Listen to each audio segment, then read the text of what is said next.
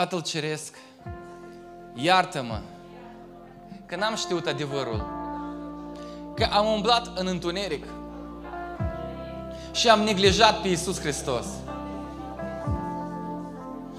Acum iau decizia să mă împac cu Dumnezeu, ca să strălucească în mine lumina Ta, ca să devin copilul Tău,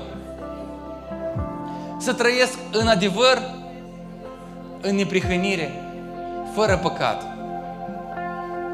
Știu că este greu la început, dar Tu ai dat biserica ca să ne ajute să creștem și să ajungem